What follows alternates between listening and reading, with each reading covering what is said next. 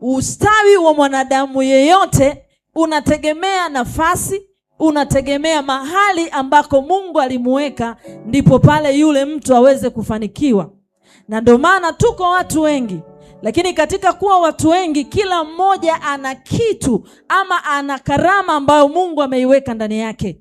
Kuna watu waliumbwa kumtumikia Mungu, hivyo kupitia huduma, kupitia utumishi, kupitia kufanya kazi ya Mungu, wale watu wanakula, wale watu wanalala, wale watu wanavaa, wale watu wanajenga, wale watu wanafanikiwa. Vivyo hivyo kuna watu wameumbwa kuwa madaktari, kuna watu wameumbwa kuwa wafugaji, kuna watu wameumbwa kuwa wafanyabiashara.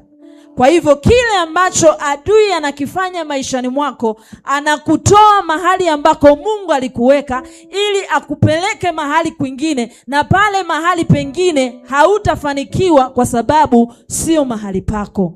Mwanzo sura yake ya 3 mstari wa 9, Biblia inasema Mungu akamuuliza Adamu, uko wapi?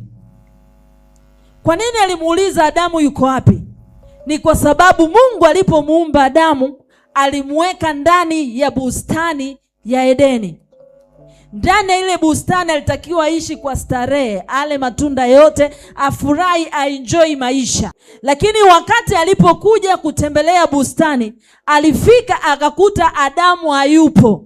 Ndivyo vile leo kuna watu ambao Mungu alipowaumba tu, aliwaumba akaweka vipawa ndani yao. Na wakati ambapo Mungu anakuja kwa ajili ya kubariki maisha yako, anakuta pale mahali ambako Mungu alikuweka haupo. Kwa nini adui huwa anamuondoa mtu kwenye nafasi? Kwa sababu anajua nafasi yako imebeba jina.